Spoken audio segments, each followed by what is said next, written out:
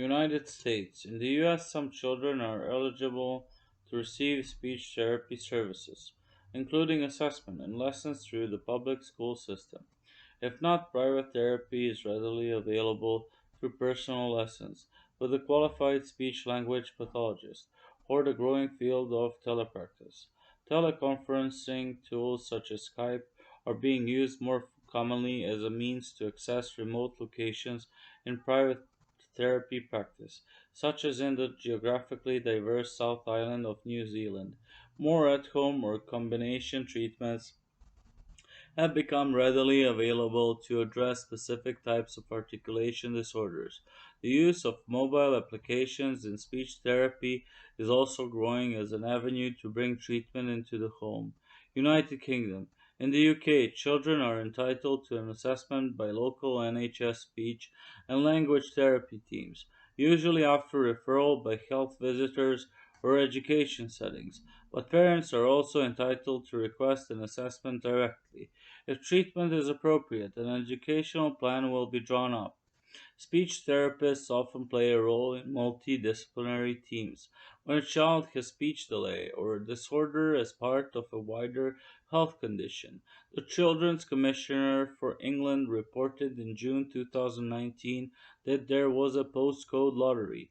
£291.65 a year per head was spent on services in some areas, while the budget in some areas was £30.94 or less. In 2018, 193,971 children in English primary schools were on the Special Education Needs Register needing speech therapy services. Children and adults.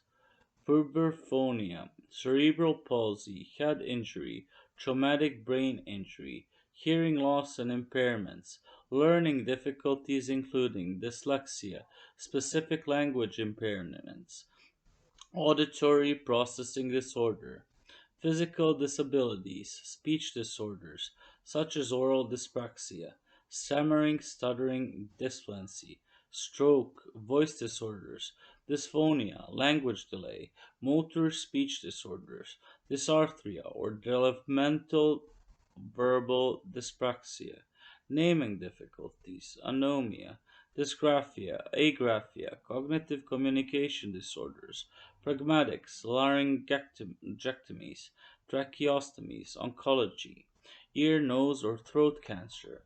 Adults with mild, moderate, or severe eating, feeding, and swallowing difficulties, including dysphagia. Adults with mild, moderate, or severe language difficulties as a result of motor neuron diseases.